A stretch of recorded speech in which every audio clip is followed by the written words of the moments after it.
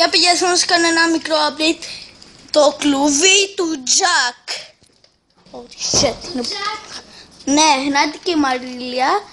Ήθελα να σας κάνω ένα μικρό update για το κλουβί του Jack. Πολύ μεγάλο update. Και αυτό, αν θέλετε κι άλλα βίντεο που ο Jack... άλλο το κλουβί. Το παλιό του. Που όταν τον αλλάζουμε θα το κρατήσουμε για... Όταν τον αλλάζουμε θα τον βάζουμε εκεί μέσα. Κοιτάξτε όμως λίγο...